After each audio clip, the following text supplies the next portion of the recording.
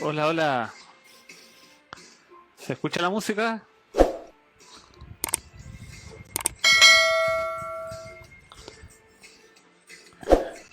Quise poner mi disco. Hoy día partí con Los Prisioneros, mi disco Corazones. Así que para poner en ambiente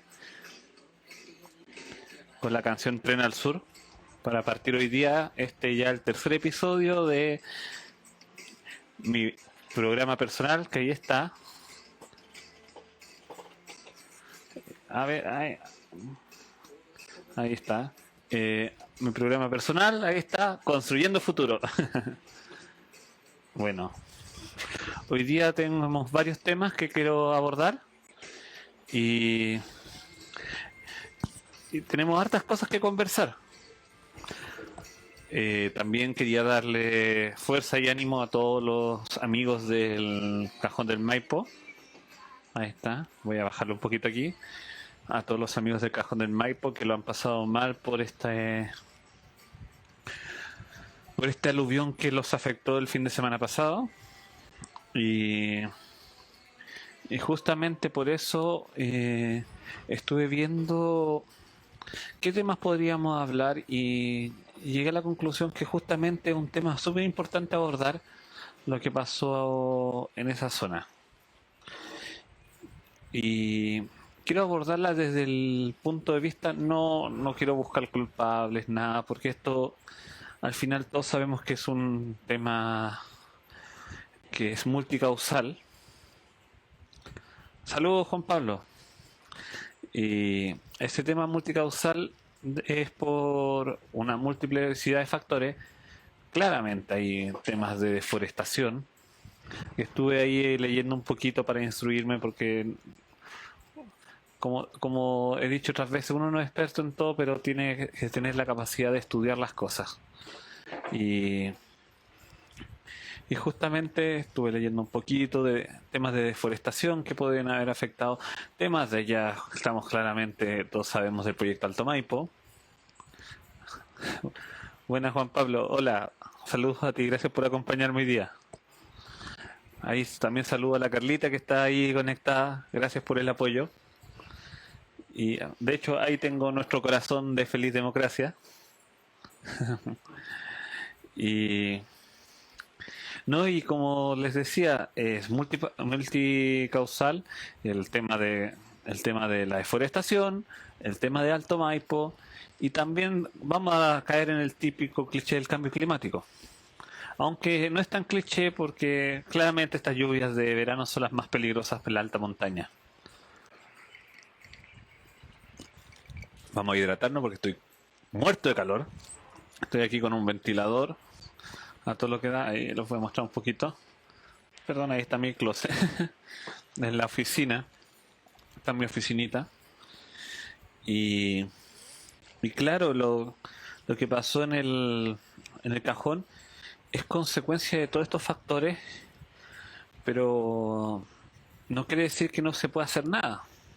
Todos esos factores son influencia humana al final. Culpar a la naturaleza de lo que pasó es no ver la causa del problema. Y la causa del problema la podemos manejar todas y todos. Entonces, hoy día quería conversar de eso. O sea, en general quiero conversar del medio ambiente y también quería volver al tema de la vivienda digna. Entonces, ¿por qué? ¿Por qué? Porque van muy relacionados. El tema del medio ambiente, por lo menos en Santiago, todos estos proyectos que surgen son para alimentar a la ciudad, en el caso del Alto Maipo, o todos los proyectos que, por ejemplo, que están afectando aquí al bosque nativo, aquí en la precordillera de Santiago, que quieren hacer inmobiliarias, quieren tomar esos terrenos y, y vemos que las leyes no lo protegen, no protegen de verdad el bosque nativo. Eh, Pasan cosas súper relevantes que no se le toman peso a las noticias. El día de ayer la Corte Suprema ratificó a la Contraloría, que la Contraloría había fallado a favor en contra de la CONAF, en contra de la CONAF por la tala, por una solicitud de tala de la sociedad. Sí, soy malo para los nombres, por eso la Sociedad Nacional de Agricultura había pedido talar bosque nativo para ser reemplazados por áreas de cultivo. Y la CONAF, que siendo quien debería preservar los bosques en Chile, y el bosque nativo sobre todo, que es un bosque que no se puede reforestar de la misma forma, eh, no, la CONAF autoriza esto, y por la sociedad civil, por agrupaciones medioambientales, presentaron recursos de protección a la Contraloría, o sea, no recursos de protección, pero sí se pronunciaron con la Contraloría, y la Contraloría había fallado en contra de la decisión de la CONAF. Y justamente por eso habían ido a la Corte de Apelaciones, la Sociedad Nacional de Agricultura, y la Corte de Apelaciones ratificó el fallo de la Contraloría.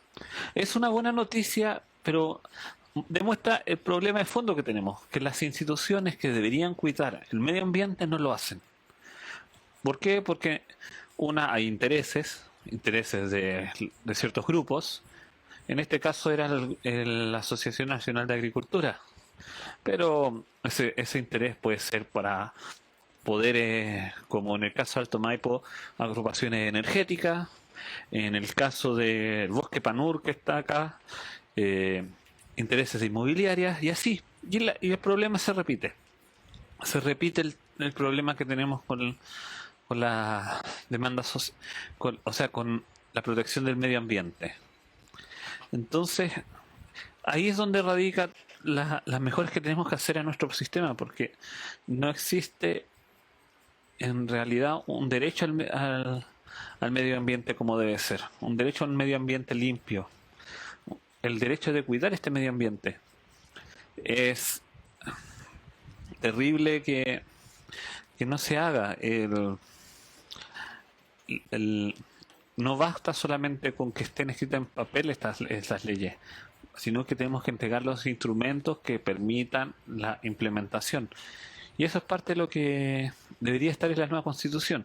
Cuando se habla de derechos ambientales suena muy bonito, pero tenemos que asegurarnos que la nueva Constitución esté en las herramientas para que estos derechos ambientales se respeten. No puede seguir existiendo zonas de sacrificio, no puede seguir talándose o destruyéndose los bosques nativos. Cuando escuché esto del fallo de la Corte Suprema ratificando a la Contraloría, empezaron a surgir comentarios, lo escuché en la radio, y justamente comentaban en la radio que todos estos permisos de tala de los bosques nativos se basan en estudios que apoyan que los bosques se están recuperando, pero cuando es evidente que no es así.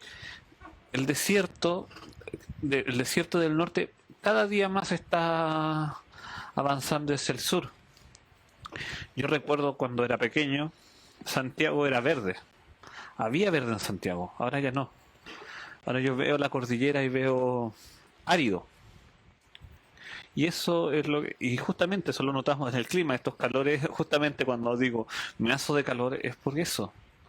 Porque cada día más estamos marcando temperaturas extremas. Hoy día escuchaba en la mañana que el año anterior se habían marcado 10 en 10 ciudades distintas de Chile se habían marcado temperaturas históricas. Y todo eso va relacionado con el tema el tema de medioambiental. Y no solo a nivel de Chile, sino que a nivel internacional. Pero lo importante es que nosotros como país tomemos la iniciativa. No es, después podemos discutir con otros países, pero tenemos que estar en nuestra Carta Magna definido lo que va a ser. Porque así podemos tomar la iniciativa en las conversaciones internacionales y todo lo que implica. ¿Por qué lo encontré tan relevante? Porque esto del cambio climático no es solamente que haga más calor, que lo que nos pasó en el Cajón del Maipo es el ejemplo. el ejemplo concreto de cómo afecta a la ciudad. Y, y partiendo por el medio ambiente, quería pasarme al siguiente tema, que va muy ligado a lo que pasó también en el Cajón. Y lo que suele pasar acá en el sector de la Florida, Puente Alto, La Pintana, la zona rural de San José, Pirque, que por ejemplo lo que está afectando mucho es que son los cortes de luz.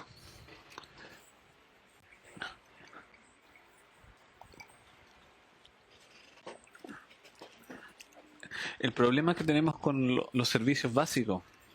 Yo el otro día hablaba de la vivienda digna en el primer programa que hice y abordé que lo que se entiende por vivienda digna no es solamente tener un techo y una cantidad de metros cuadrados, también es un acceso a los servicios y, y unos servicios de calidad. ¿Y qué pasa?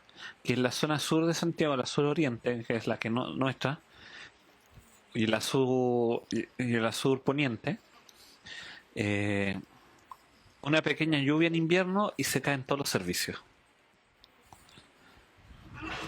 Y lo mismo sucede ahora en verano, una pequeña lluvia para los estándares que debería estar acostumbrado Santiago y quedaron no sé cuántas viviendas sin servicio y algunas hasta hace unos días atrás todavía sin servicio. Y algo tan básico como la luz. Y eso no es porque no se produzca o porque no, sino es que es por la mantención de las empresas eléctricas. Y lo cual amarra nuevamente al tema de los monopolios, que empresas que tienen monopolios y, y sobre todo de transnacionales extranjeras, no se dice. Pero acá en el caso de Puente Alto, la empresa afectada fue CG, una empresa que compró varias empresas pequeñas alrededor de Chile, y si no me equivoco, CG es China. O sea, son empresas transnacionales que tienen el control de la energía en Chile y, y no cumplen con los mínimos estándares que deben tener para prestar el servicio. Y son intocables por el volumen de empresas que son.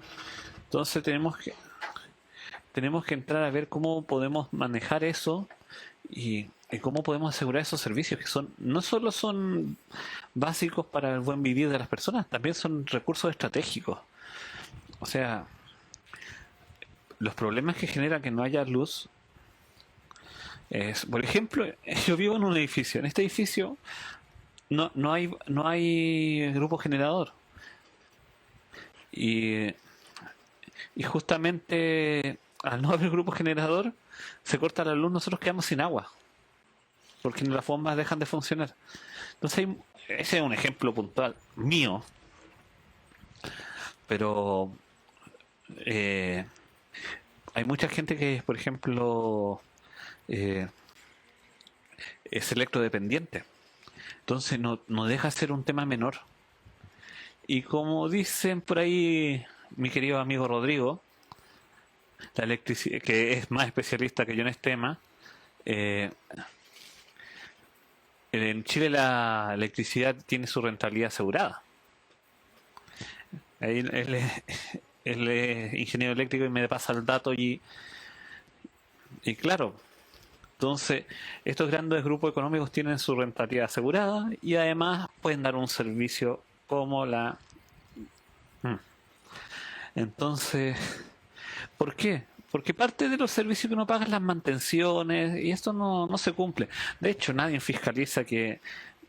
Tengo entendido que antes de... Vamos, se sabía que iba a venir esta lluvia en, el- en la Superintendencia de Electricidad y Combustible había pedido cuál era el plan de emergencia a estas empresas de cuál era el plan de emergencia de estas empresas para enfrentar los posibles cortes.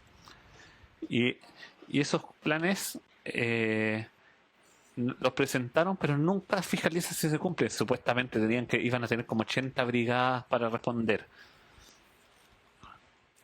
Pero son planes que en papel que al final no solucionan los problemas. Había gente hasta el día miércoles todavía estaba sin luz. Y, y además uno llama y no te contestan, escribe uno por redes sociales porque supuestamente son los canales oficiales para contactarse y no y no y te responde un bot. Al final no prestan soluciones. Y lo digo porque esa empresa CGE no es una empresa que solo esté acá en la zona. Por ejemplo, yo viví en la comuna de Valparaíso y allá y trabajé en Viña del Mar, y en Viña del Mar también es parte y genera los mismos problemas. Es un cacho. Entonces, es un tema súper relevante. Y ahí, a ver, Pedro me escribió, creo decir que tenemos el alcantarillado tapado y hemos llamado a Aguas Andinas y no soluciona el problema por la región de por la región de nuestras cuadras. Sí, ese es otro. Agua Andina, ese es el problema de estos servicios, que son servicios monopólicos, que no se pueden, uno no puede elegir, y las entidades que deben fiscalizarlo no cumplen. El problema es el alcantarillado es súper engorroso, y aparte te llenan de burocracia que si tú no eres experto no entiendes nada. O sea, una persona que no sabe que tiene que ir a pedir a Aguas Andinas, ¿en qué entra? En nada. Justamente la responsabilidad de ellos, uno parte de su factura eléctrica, o sea, perdón, factura de agua, es el tratamiento de las aguas servidas. Uno paga un porcentaje del agua que consume y paga el valor que paga por metro cúbico de agua es por el tratamiento de las aguas. Entonces, y que la alcantarilla esté tapada es responsabilidad de ellos. Errores de mantención. Y muchas veces eso afecta a las comunidades. Y justamente, si, si Pedro me puedes decir en qué sector es para decirlo, más o menos, no te pido que me digas la dirección exacta, pero sí hacer el alcance que Aguas Andinas no responde.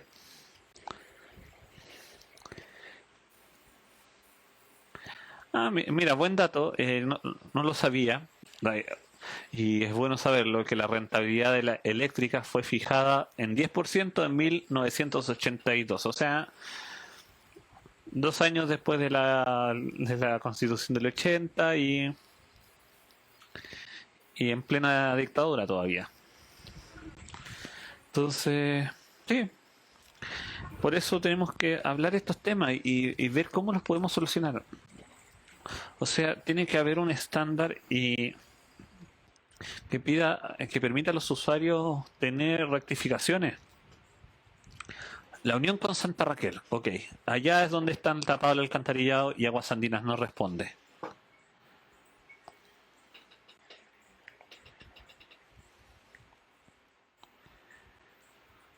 Sí, sí, de hecho sí, obtiene gas, pero el parte de cuando si uno ve su factura de agua vas a ver que dice, habla del tratamiento de las aguas. Es parte de lo que te cobran en el metro cúbico de agua que te cobran. Justamente en Aguas Andinas la planta La Garganta hace tratamiento de agua y obtiene gas. Buen dato, Carlita. En la Farfana, así que no, hay que estar claro con eso, y por eso mismo hay que buscar formas de regular todas estas leyes que son antiguas, y eso es lo que pasa. Sí, es verdad. De hecho, el consumo es lo que menos se paga. Lo que pasa es que uno no tiende a analizar eso, pero si uno ve sus boletas va a ver cosas que no son tan claras de repente. Y las empresas son responsables de las instalaciones de tu medidor hacia afuera. Eh, ellos son responsables de todo eso, los colectores, todo eso es responsabilidad de la empresa, y en lo eléctrico también. Del medidor hacia afuera, todo el cableado. Y hablando de cableado, voy a saltar al siguiente tema. Pero todo el cableado es responsabilidad de ellos. De tu medidor hacia adentro eres tú responsable. Pero ya lo demás son las empresas las responsables. Y muchas veces ignoran su responsabilidad. ¿Cuánto podemos estar sin una mantención?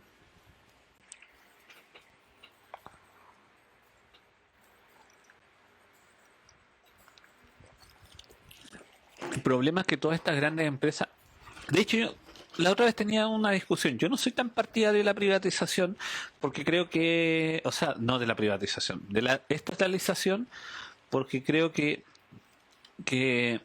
pierde eficiencia las empresas. Pero hay empresas que son demasiado estratégicas, como el ejemplo el agua, que no puede estar en capitales extranjeros. Entonces, hay, como digo, no todo es blanco y negro. Y justamente el agua, la energía son temas que son estratégicos, no solamente un tema, no solamente un tema eh, de negocio, no, es un tema de que el país necesita que ciertas empresas sean del Estado y hay que buscar mecanismos para que estas empresas sean rentables también, porque tampoco podemos eh, tener empresas como la ENAF que derrochan, que simplemente son empresas que van a pérdida. ¿Por qué? Porque están llenas de operadores políticos. Y lo mismo está pasando hacia Codelco, cada vez menos rentable. Y, y todo por operadores políticos. Por eso hay que tener ojo cuando se habla de nacionalización. Porque esa no estoy en contra, sino que requiere reestructuración. Dejar de ser máquinas dadoras de bonos para los que trabajan en esas empresas.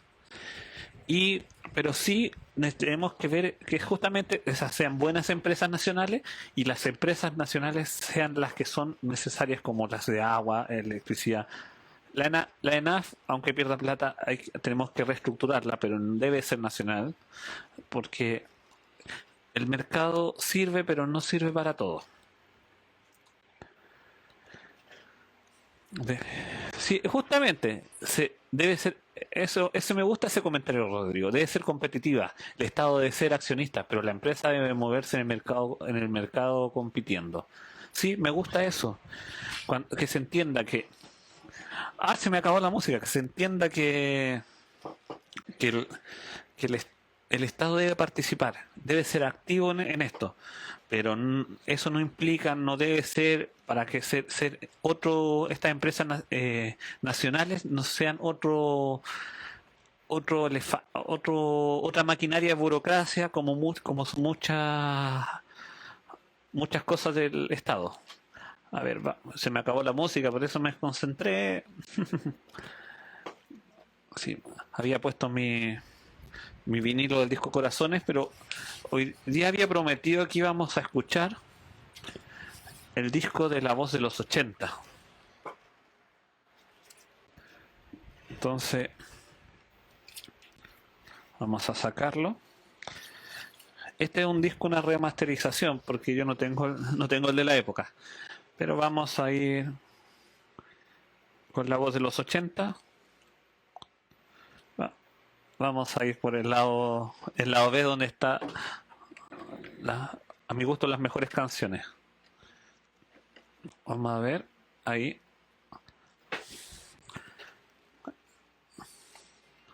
Ahí le subí un poquito para que se escuche mejor.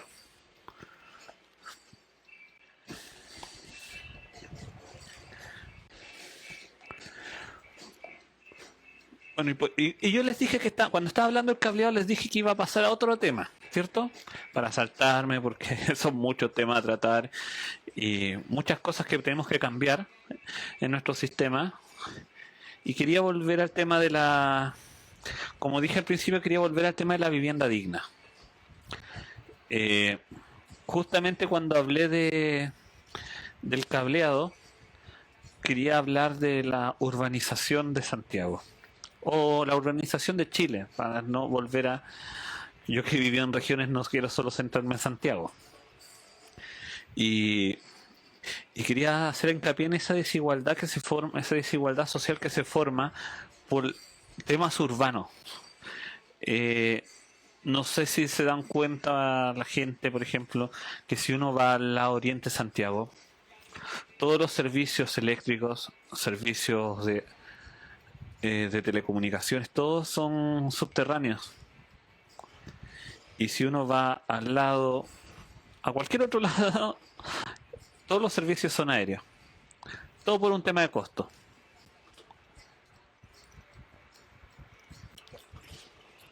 Justamente, Chile es muy diverso y todos los problemas son distintos. Y uno de los problemas que tenemos es la segregación y la urbanización. ¿Cómo se hacen diferencias en las urbanizaciones en Santiago? ¿Cómo se hace diferencia? El simple hecho de que el metro en ciertas zonas de Santiago sea de superficie, cortando la ciudad, o las autopistas urbanas sean de superficie, pero lo mismo si uno va al lado oriente, la autopista que hicieron en el sector oriente de Santiago es subterránea. O la o los metros se pensaron siempre subterráneos. Sí, en algunas partes puede encontrarse, pero Carla, pero vamos a la gran mayoría. Falta eso. Si uno debería no ver postes.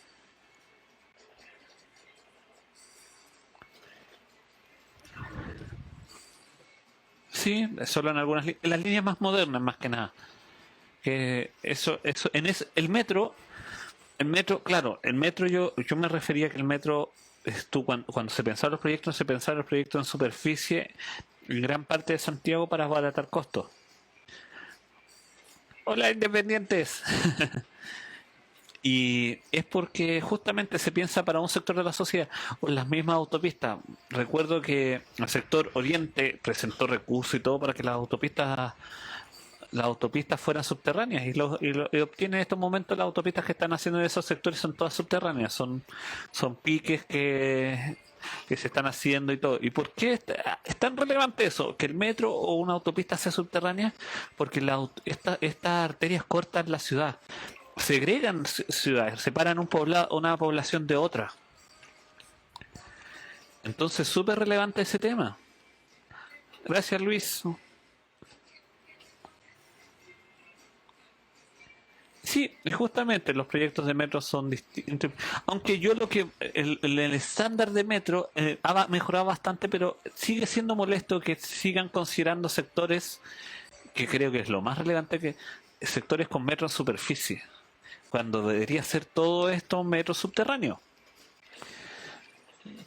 El metro es súper bueno como iniciativa, es un tema que conecta la ciudad, pero el gran tema es que falta que todavía sea aún más paritario, no sé cómo decirlo, pa- que sea más parejo el tipo de proyectos para todo Santiago, una zona a otra. Y en regiones pasa lo mismo.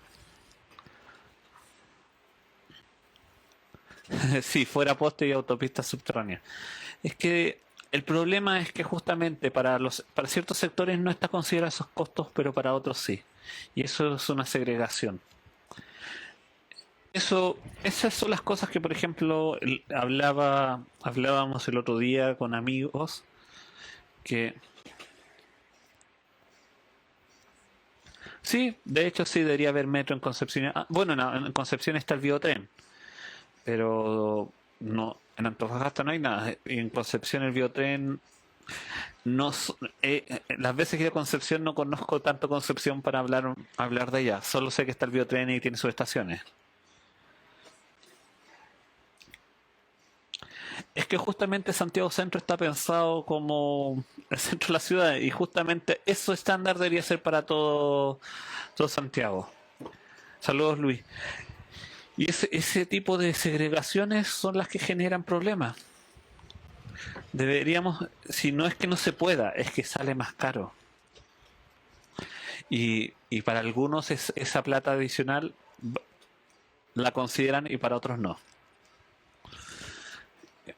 Entonces, es un tema súper relevante. Y todo esto radica en que deberíamos estandarizar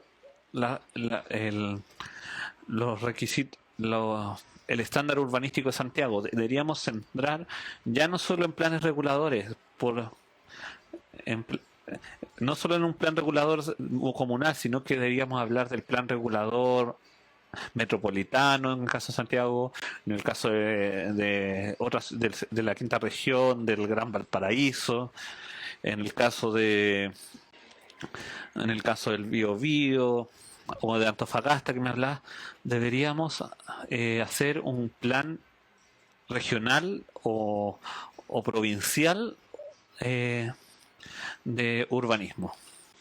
Y eso no se hace. ¿Por qué? Porque no gana votos. Y todas estas autoridades que ven esto no les interesa, no venden el voto por eso. Bueno, Rodrigo, tú como experto en el tema eléctrico, me puedes decir que si es así te creo.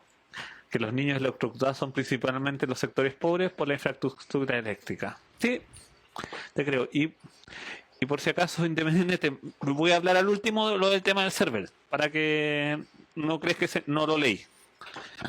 Saludos, gracias por apoyarme en esto. Me alegra ver que ya harta gente se ha conectado y podemos conversar más. No, entonces es súper relevante que exista un plan regulador de Santiago, metropolitano, mejor dicho, y, y eso mismo se replica en regiones, porque no podemos seguir con que el estándar de una plaza, el otro día lo escuchaba, el estándar de una plaza dependa de si la municipalidad que va a estar a cargo de cuidar esa plaza tenga la plata para pagar el agua que van a usar para el riego de esa plaza. Que en el sector oriente se riegan las plazas, se cuidan y en otros sectores no. Por simples detalles como no tener el agua para pagar el, el agua para pagar el riego de esa plaza. Entonces es necesario buscar soluciones para eso. Gracias a todos los que se han unido. A ver si hay algún comentario que se me esté yendo. Claro, y como dice Rodrigo, todos pagamos los mismos impuestos. Y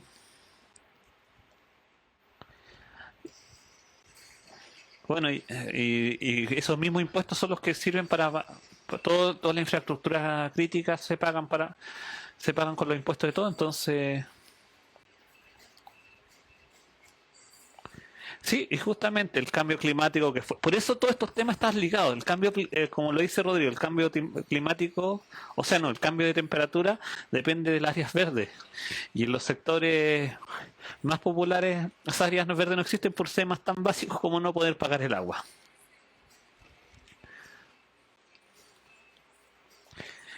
Ahí el Luis me comenta que él era de Cerro Navia, justamente donde murió una niña y un niño electrocutados por construcción inconclusa. Sí, y si no me equivoco, esas eran construcciones públicas, ¿o no, Luis? Sí, así, eso es lo que está pasando, que los estándares de urbanos son muy dispares. ¿Y por qué? Por problemas de recursos, por problemas de clasismo directamente, porque el clasismo y porque justamente es muy distinto que en un lado eh, exista, es como digo, todas las instalaciones bajo tierra y acá todo sea aéreo. Mira, me gusta esa pregunta. ¿Cómo incluiríamos estos puntos en la nueva constitución? Lo que pasa es que lo primero, el tema de la vivienda digna debe establecer que la vivienda tenga ciertos estándares. Y esos estándares no son solamente la cantidad de metros cuadrados por persona, sino que también son necesarios temas de acceso a servicios, que ahí estuve hablando del tema de los servicios de agua, luz, también el tema de acceso y no solo a servicios de luz agua, sino que acceso a servicios como farmacias, colegios, eh, recuperar el tema concepto barrio, pero bien hecho. Y por eso es necesario regular que la nueva constitución considere que el tema de vivienda digna vaya amarrado con planes reguladores regionales que estandaricen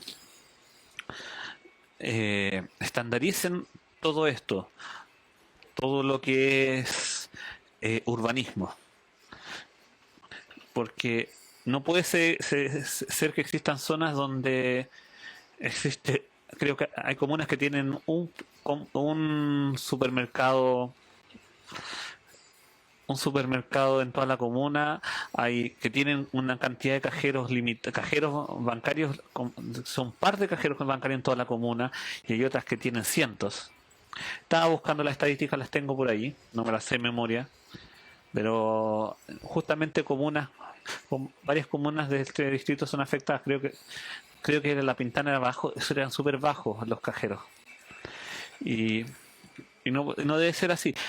La Florida y Puente Alto no tanto, porque tienen unos centros urbanos que hacen que estas estadísticas suban, pero sí, pero no estamos hablando de todos los barrios, estamos hablando del centro de Puente Alto, el centro de la Florida, que son más, son más puntos neurálgicos dentro de Santiago.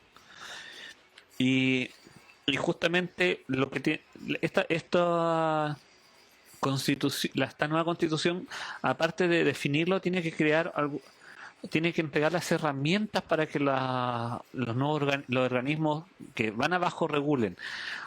O, y justamente ahí va un tema político que yo quiero abordar más adelante, que es el tema de cómo controlar a nuestros políticos, porque no sacamos nada con escribir una montonera de derechos si no controlamos a los que van a después poder modificar esos derechos, o las leyes que van a dirigir estos futuros derechos, porque la Constitución va a llegar hasta un cierto punto, pero lo que tiene que hacer es nombrar a qué institución va a estar encargada de regular esto, y después van a entrar las leyes, y las leyes van a tener que ser trabajadas por los parlamentarios o el ejecutivo del momento, y eso tiene que estar regulado en la Constitución para que los ciudadanos podamos controlar que las leyes que vayan a permitirnos regular eso sean las correctas.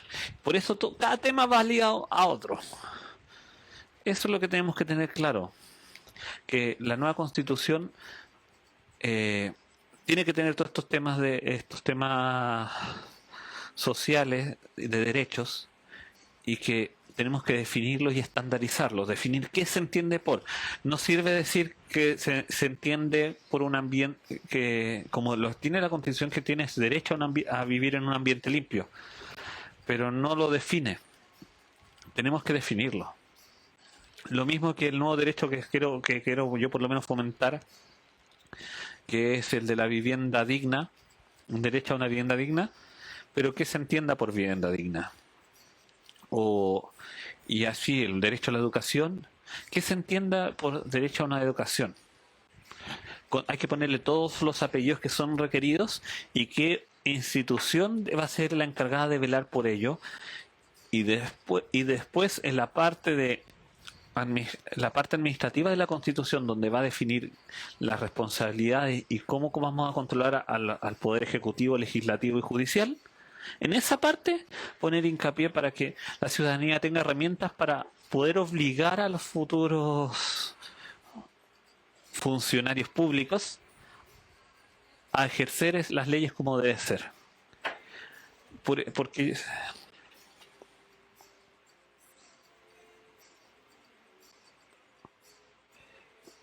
gracias. Gracias, Andreita, por tu comentario. Y claro, sí, podemos seguir hablando de miles de temas. Yo me estoy enfocando en estos temas de construcción y urbanismo, porque como habrán algunos leído en mi Instagram, yo soy constructor civil. Y son temas que entiendo más claramente. Y obviamente otros temas los puedo estudiar, y los tengo que manejar para entender qué se quiere hacer la Constitución. Pero quiero compartir eso con mis compañeros que están por ahí, que por ejemplo, que estamos esperando. Bueno, ahí voy a hablar un poquito de lo que estamos esperando, pero con mis compañeros de ahí, que tengo compañeros que son profesores, ingenieros, en otras áreas. Entonces, hay un somos multidisciplinarios, por decirlo de alguna forma. Y esos temas creo que mejor los quiero abordar con ellos. El de la educación es un tema súper relevante. Yo lo entiendo de cerca, no soy profesor, no es mi área, pero mi señora sí lo es. Es profesora de un colegio en San Joaquín, un colegio cerca de La Legua. Por lo tanto, también es un tema me llega porque sé lo que es la desigualdad social en la educación.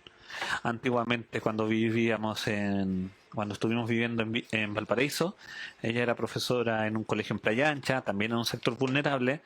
Entonces, la realidad, uno conoce la realidad. Y, y justamente por eso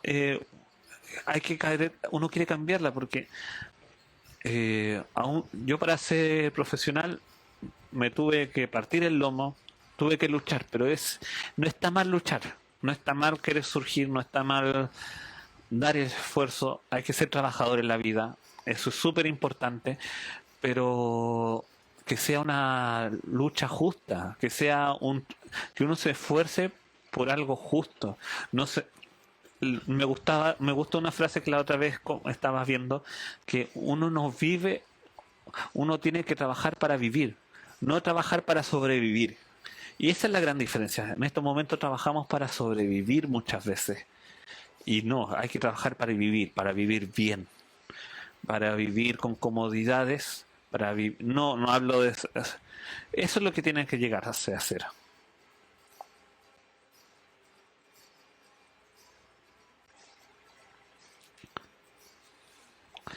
Y sí, eso de que se construya en parques protegidos que queman es súper verdad. Que de hecho hay países que tienen regulado eso y es parte de lo que hay que regular. Ese tema lo traté en mi primer live, que creo que justamente hablé del tema de los incendios, porque no solo son incendios en parques y en zonas protegidas, también hay incendios dentro de la misma ciudad.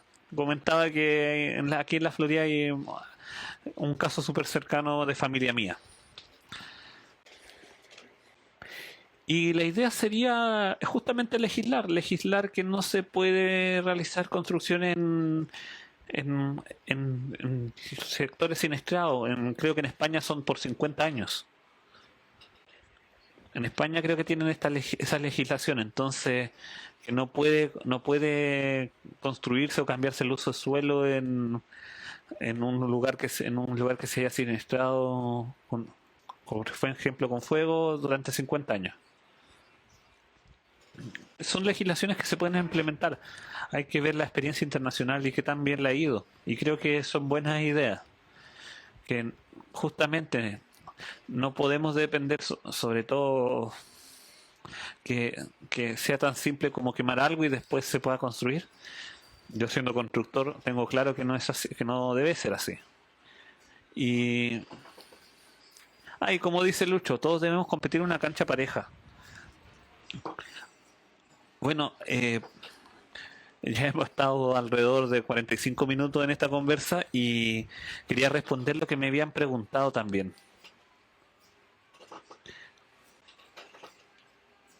Sí, justamente disminuir a los incendios, Rodrigo. No, lo que quería comentar era que seguimos esperando respuestas, están sobre nuestras posibles candidaturas, estamos esperando respuestas, no nos queremos pronunciar mientras no haya nada claro, creemos que va a ser toda la respuesta positiva, eh, por lo que hemos visto, el Tricel, por la experiencia en otras listas, declaró eh, declaró que el CERVEL debía pronunciarse con las listas si eran rechazadas o aceptadas. Y nosotros creemos que esa misma respuesta vamos a tener nosotros, porque ya hay jurisprudencia. Y tenemos fe porque no incumplimos nada, así que deberíamos entrar a la pelea. Así que hay que esperar nomás y no vamos a anunciar nada con bombos y platillos si no tenemos una respuesta real. Creemos que vamos a tener respuesta antes del 10 de febrero, donde empiezan las campañas de verdad. Y ahí vamos a poder estar, yo creo que vamos a estar en la papeleta y tenemos fe en eso. Hay confianza. Nosotros no seguimos estando trabajando en este tiempo, no hemos dejado de trabajar, seguimos estando atentos a todos. Y solo que como estamos esperando respuestas, preferimos estar más calladitos y todos esto. También quería anunciar que mi compañera Carlita, que está por ahí, va a empezar a hacer live también. Ella va a anunciar lo suyo, cuándo los irá a hacer, y acompañémosla y apoyémosla. Así que todo el éxito del mundo, Carlita, en tus próximos live. Y así nos pueden empezar a conocer más y independiente si llegamos o no a ser candidatos, queremos presentar las ideas para que lleguen a la nueva constitución. Bueno, ahí lo está anunciando ella para que sepan, el sábado a las 9:30 en su Instagram, que es Carlita Jara B, me corta por si acaso. Ahí ella va a estar haciendo live en vivo y para que también la apoyen, que ella es profesora, así que ella puede hablar más de educación que yo. Así que todos mis saludos y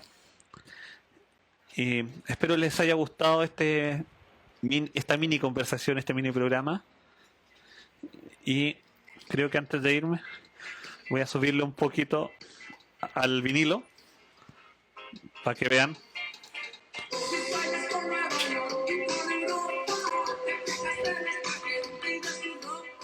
Los prisioneros. Ahí está mi tocadisco que me acompaña en estos live. Y bueno, amigos, creo que es hora ya de despedirnos. Y les agradezco a los que hayan participado. Creo que esta conversa fue bastante entretenida. Ahí les dejo. Y justamente la idea es que en esta nueva constitución participen los independientes, porque confiar en los partidos seguir en lo mismo. Así que ahí está mi programa Construyendo Futuro. Vamos por el distrito 2. Vamos distrito 12 y mi nombre, Norberto Acevedo.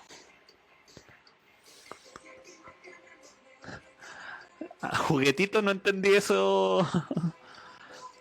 Sí, hashtag apoyo independiente. Ya. Agradezco a todos los que participaron y muchas gracias. Y espero tener noticias pronto. Y acuérdense que el próximo jueves me volveré a conectar.